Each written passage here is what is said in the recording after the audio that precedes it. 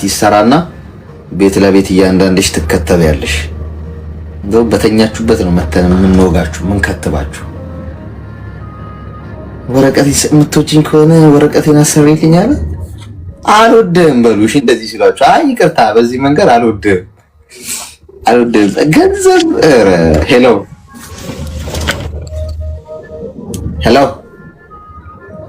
ሰላም አሌክስ። ሰላም፣ እንኳን ደህና መጣሽ። እንኳን ደህና ቆያችሁ። እንዴት ነህ? እግዚአብሔር ስለ ሁሉ ነገር አመሰግናለን።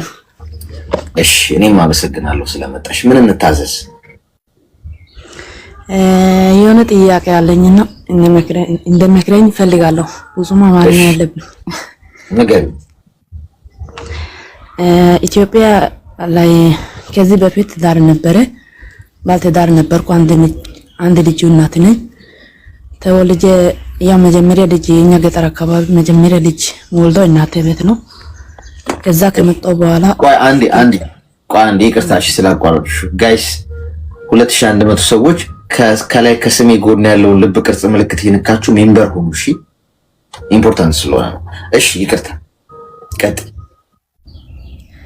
የኛ ገጠር አካባቢ መጀመሪያ ልጅ እናቴ ቤት ነው የምወልደው። እናቴ ቤት መጥቼ ነበርኩ ከዛ በፊት በጣም ፍቅር ውስጥ ነበረን። ያን ሰው የሚያውቀው በጣም እንዋደድ ነበረ። ግን እኔ ከእናቴ ቤት ከመጣሁ በኋላ ፍቅር ቀዘቀዘ። ደግሞ እሱ ስራ ቦታ ሄዶ ሌላ ነገር እንዲሰራ ወሬ ምናምን ሰማሁና ያ ነገር አልተዋጣልኝ። እኔም ደግሞ ካንተ ጋር ከፈለግ ውሰድበት ምናምን አልኩኝ። እሱ ደግሞ ገጠር ላይ ከእናቴ ጋር እንድንሆን ነው ፈልገው ምናምን አለ። እኔ እምቢ ብዬ እናቴ ቤት እስከ 1 አመት ድረስ ቆየው ልጁ ጋር ማለት ነው።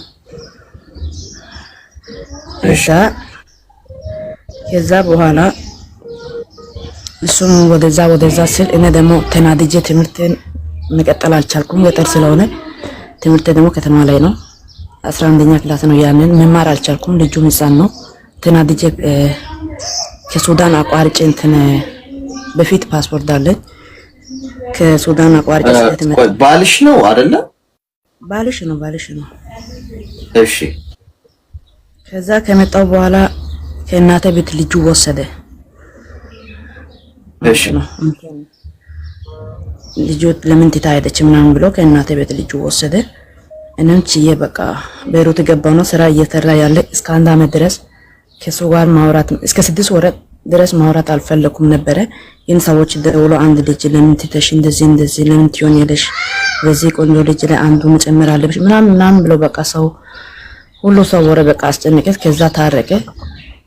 ከ6 ወር በኋላ ታረቀን። 6 ወር ቆይታ በኋላ እንደዚህ ያደርጋለን ብሎ ድጋሚ ደግሞ እንደ ፍቅር ጀመረ ማውራትም። እኔም ለልጄ ብዬ እሺ ብዬ ማውራት ጀመርኩ። ከዛስ ያወራ ያለን 6 ወር ገንዘብ የሆነ ነገር ሰራለው ምናምን ስላለኝ እኔ ደግሞ ላኩኝ እንደ ባል አስብ ከላኩ በኋላ ትንሽ ነው በሮት ብር ያን 90 ሺህ ብር አካባቢ ነው። ብዙም አይደለም። እሺ ያው ያለች ያንን ደግሞ እሱ ምን አደረገ? ሌላ ሚስት አገባ። እንደ ውስጥ ገብቶ ማለት ነው። በ90 ሺህ ብር 90 ሺህ ብር ከላከው ሁለተኛ ቀን ሌላ ሚስት አገባ። በሁለተኛው ቀን እግዚአብሔር በጣም ነው የሚያሳቀኝ። እዛ በቃ ምን ማለት አልቻልኩም። ዝም አልኩኝ። አንቺ በምን አወቅሽ ያንን እንዳገባ? በነገቱ ያው ሰፈር ሰው ሁሉ ወሬ መቼም ቢሆን ወሬ ቶሎ ነው የሚደርሰው እኛ ሀገር ላይ። በሰርግ ነው ያገባው? አይ በሰርግ አይደለም፣ በድብቅ ዝም ብሎ በቃ አገባ። እሺ ከዛ በኋላ በቃ አገብቶ እየኖረ በቃ እኔም ልጁ ናፍቆኛል፣ ግን ልጁ መገናኘት አልቻልኩም። ልጁ እሱ ጋር ነው። ቤተሰብ እንኳን እንድደርስ አልፈቀደም። ለምን እንደሆነ ተከላክሏል። ልጁ ቤተሰብ ተከላክሏል። እዛ በቃ እኔም ዝም ብዬ እየኖርኩ ያለው ልጁ ልደት ጊዜ ይሰማኛል። እኔ ደግሞ ያን ልጁ ማየት ፈልጋለሁ። አንዳንድ ለልደት ጊዜ ብቻ ከብሎክ አውጥቼ ደውላለሁ ልጁም ለማየት ብዬ ማለት ነው። እሱ ግን ሌላ ሚስት አግብቶ ልጅ ወልዷል። ለራሱ ህይወት እየኖረ ነው። እና እኔ ልጁ አንዳንዴ በአመት አንዴ ስደውል እሱ ደግሞ ልጁ አንቺ ያሳድገሻል እንደምናገባሽ ለልጁ ምናምን በቃ ሁሌ ቁጣ ነው፣ ሁሌ ስድብ፣ ጥላቻ መንፈስ ነው እንትን ይላልኝ እና ደግሞ በቃ እኔም ተስፋ ቆርጬ ለልጁም እንኳን በቃ ፈጣሪ ሆይ ጥንካሬነት ስጠኝ ምናምን ብዬ በቃ እየጸለይ እስከ ዛሬ ኑር ያለው። አሁን ግን ልጁ በጣም እየናፈቀኝ ነው። 5-6 አመት እየሆነ ነው አሁን። እኔ 1 አመት እየወጣው አሁን 6ኛ አመት ይዟል። 6ኛ አመት አሁን ልደታው እየደረሰ ነው። ልደታ ሰዓት ነው ብዙ ጊዜ ማስታወሰው ልጁ እና አሁን እኔ ምለው ኢትዮጵያ ገባለሁ ስትል በቃ በጣም ነው የሚያስጠላኝ ሁሉ ነገር በቃ ለምን እንደሆነ አላውቅም።